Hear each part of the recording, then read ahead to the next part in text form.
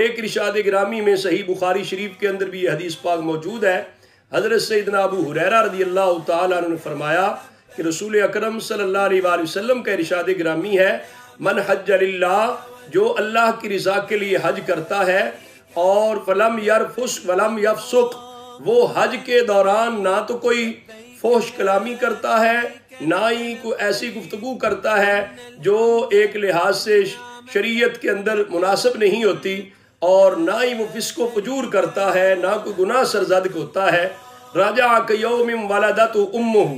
آقا حضور علیہ السلام نے فرمایا حج بیت اللہ شریف کا فریضہ اگر صحیح معنوں میں ادا کر کے واپس پلٹتا ہے تو ایسے واپس پلٹتا ہے جیسا کہ ابھی ماں کے پیٹ سے اس نے جنم لیا ہے۔ جب بچہ ماں کے پیٹ سے جنم لیتا ہے اس کے میں کوئی گناہ نہیں ہوتا، وہ گناہوں سے اس ٹائم محفوظ ہوتا ہے،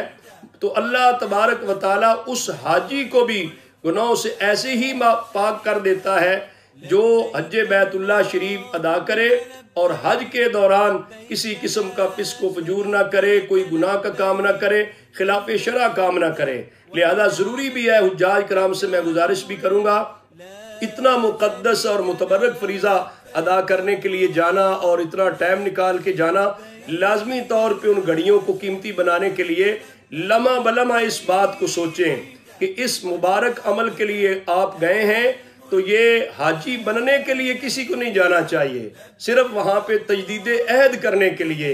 حج بیت اللہ شریف کرنا گزشتہ گناہوں کی معافی کی ایک سند مل رہی ہے، آئندہ کے لیے اپنے آپ کو گناہوں سے بچانے کا ایک عہد کر کے واپس پلٹنا ہے۔ اور پھر وہاں پر چونکہ دنیا بھر سے مسلمان آتے ہیں، دنیا کے کونے کونے سے آتے ہیں، مختلف رنگ و نسل کے لوگ آتے ہیں، مختلف کلچر اور تہذیب سے لوگ وابستہ لوگ وہاں پہ پہنچے ہوتے ہیں، تو مسلمانوں کو چاہیے جو وطن عزیز پاکستان سے گئے ہیں ان کو چاہیے وہ اپنے وطن عزیز پاکستان کی ایک نمائندگی اور سفارتکاری کرتے ہوئے وہ اپنے آپ کو ایسا رکھیں کہ وہاں پر اسلام اور پاکستان کا تشخص بھی اجاگر کرنے والے بنیں، کوئی ایسا کام نہ کریں جس کی وجہ سے ان کے اسلام پر، ان کے وطن عزیز پاکستان پر حرف آئے۔ ان کو چاہیے کہ وہاں پر وہ ایک نمائندے کی حیثیت سے، ایک سفیر کی حیثیت سے وہاں پہ شب و روز گزاریں۔ اس لیے جہاں اتنا بڑا اجتماع ہوتا ہے، گیدرنگ ہوتی ہے،